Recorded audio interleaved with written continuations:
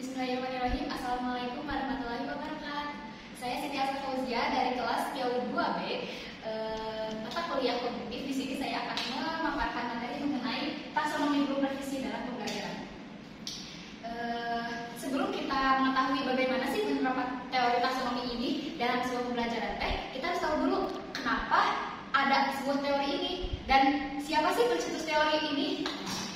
Sekarang kita lihat ini adalah pencetus dari teori taksonomi ini. Nah, di sini saya akan memaparkan ya sedikit. Jadi Benjamin Samuel Bloom nama aslinya, ya nama lengkapnya atau sering disebut dengan Bloom dalam istilah taksonomi Bloom. Nah, dia ini seorang ahli pendidikan dari Lansford di Pennsylvania, yang mana dia lahir tanggal 12 Februari tahun 1913. Nah, Benjamin Samuel Bloom ini adalah lulusan doktor dari University of Chicago pada tahun 1942. Lalu jika ada pertanyaan, kenapa sih ada teori taksonomi ini? Nah, teori taksonomi ini lahir dari pengamatan Benjamin Samuel Bloom ini. Jadi pada waktu itu Benjamin Samuel Bloom ini melakukan pengamatan terhadap sebuah pembelajaran. Jadi dari persentase beliau bahwa persentase belajar pada saat itu hanya mengedepankan kemampuan berpikir, sedangkan kemampuan hafalan, maaf.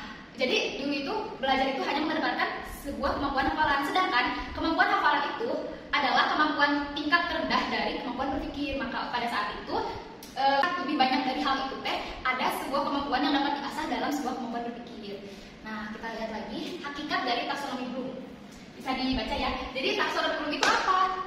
Taksonomi itu adalah pengklasifikasian atau pengelompokan suatu benda menurut ciri-ciri tertentu. Nah, di sini taksonomi itu terbagi dalam 3 ranah.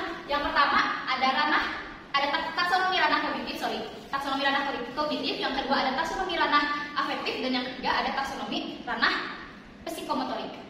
Nah, taksonomi ranah kognitif yang pastinya kita bakal lebih dalami. Taksonomi ranah kognitif ini adalah proses berpikir yang harus dikuasai oleh peserta didik. Taksonomi ranah kognitif ini sebenarnya mengalami 2 perubahan. Yang pertama ada taksonomi Bloom pasca revisi dan taksonomi revisi.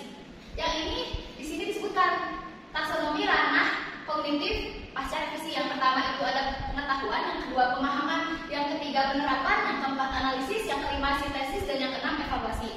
Nah, tingkatan yang ini itu sebenarnya sudah dipakai dengan cukup lama, yaitu sekitar setengah abad.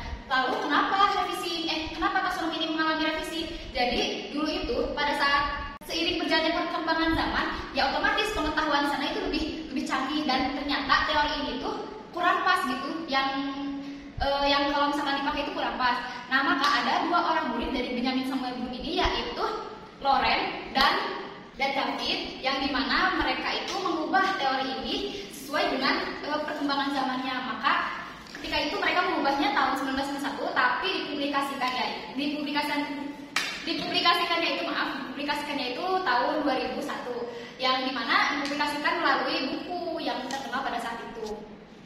Ada ini tuh gambaran dari taksonomi Bloom pasca revisi dan revisi. Yang sebelah sini pasca revisi dan yang sebelah sini adalah revisi.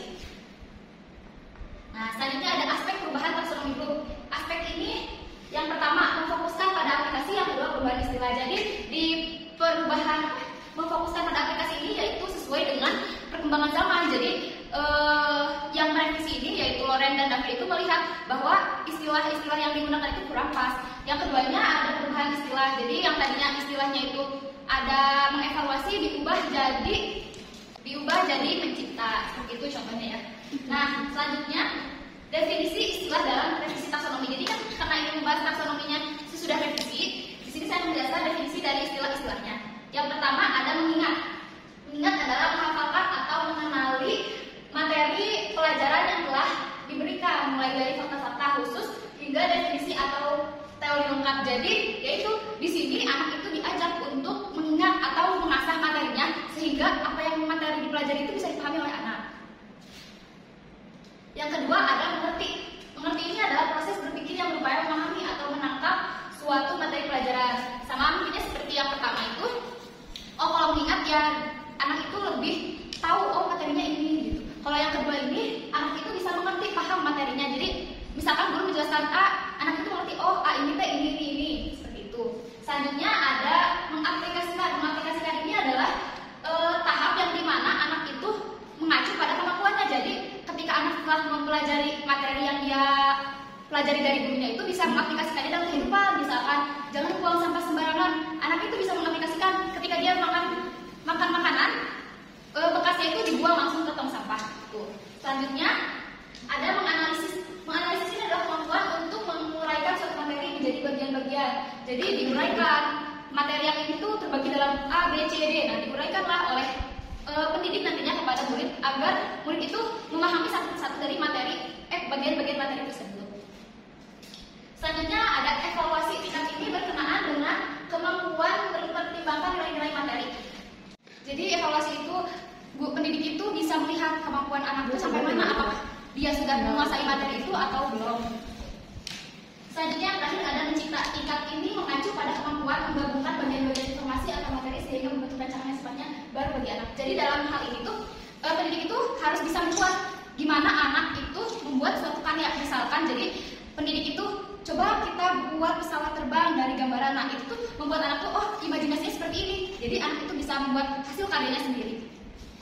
Selanjutnya ada alasan taksonomi berfungsi. Yang pertama itu terdapat kebutuhan untuk mengarahkan kembali fokus para peserta didik pada handbook. Jadi hal itu yaitu mengikuti perkembangan zaman yang semakin canggih, yang dimana ini tuh harus difokuskan lagi pada dunianya gitu.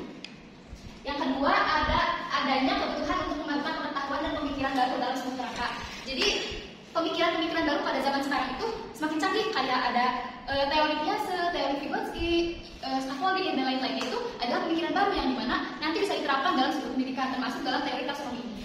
Yang ketiga, ada merupakan sebuah kerangka khusus yang menjadi dasar untuk mengklasifikasikan tujuan pendidikan. Jadi balik lagi kepada pengertian taksonomi yaitu pengklasifikasian. Nah inilah alasan kenapa taksonomi itu direvisi. Selanjutnya yang keempat ada proposisi yang tidak sebanding dengan penggunaan taksonomi pendidikan untuk perencanaan kurikulum dan pembelajaran dengan penggunaan taksonomi pendidikan untuk asesmen. Yang kelima ada pada kerangka pikir taksonomi karya penyanyi pun lebih menekankan pada 6 kategorinya yang tadi sudah disebutkan. Yang selanjutnya ada karakteristik taksonomi Bloom revisi. Yang pertama ada melonggarkan urutan, yang ketiga melompati urutan, yang ketiga ada berpikir kognitif dan emotif. Selanjutnya ada dimensi pengetahuan taksonomi revisi. Yang pertama itu ada pengetahuan faktual, yang kedua pengetahuan konseptual, yang ketiga pengetahuan prosedural, yang keempat meta kognitif. Jadi dimensi-dimensi ini adalah dimensi yang dimana harus dikuasai oleh pendidik mengenai teori taksonomi ini. Mungkin aku bisanya cepet ya gitu karena waktunya juga disingkat gitu. Selanjutnya ada taksonomi Bloom dalam pembelajaran. Nah, taksonomi Bloom ini bisa diterapkan dalam sebuah pembelajaran bagi para pendidik. Misalkan mau menerapkan dalam pendidikan anak usia dini itu teori ini, nah bisa ada langkah-langkahnya di sini. Yang pertama langkah-langkahnya menentukan tujuan pembelajaran. Tujuan pembelajarannya itu apa sih dalam sebuah pendidikan itu? Dalam sebuah power itu apa sih tujuan pembelajarannya? Ya mungkin yang lebih dikenali untuk mengasah kemampuan anak, nah terutama kemampuan kognitif. Yang kedua menentukan kompetensi pembelajaran. Dari kompetensi ini apa sih yang harus dicapai oleh anak? Gitu. Nah di sini itu ditentukan terlebih dahulu. Ini adalah langkah-langkah dari penerapan taksonomi dalam sebuah pembelajaran. Yang ketiga ada menentukan ranah kemampuan intelektual siswa. Yang keempat ada menggunakan kata kunci yang tepat, yang dimana ketika menggunakan kata kunci ini tuh yang harus dimengerti anak itu nantinya. Misalkan temanya hewan, nah nantinya tuh harus dibagi-bagi lagi. Tuh hewan itu adalah sebuah kata kunci yang tepat. Yang kelima adalah menentukan media pembelajarannya. Nah media pembelajarannya itu apakah menggunakan aplikasi yang sudah canggih atau bagaimana itu harus ditentukan. Gitu. Nah mungkin sekian penjelasan materi mengenai taksonomi Bloom revisi dalam sebuah pembelajaran, atau ini tuh adalah penerapan taksonomi Bloom dalam sebuah pembelajaran.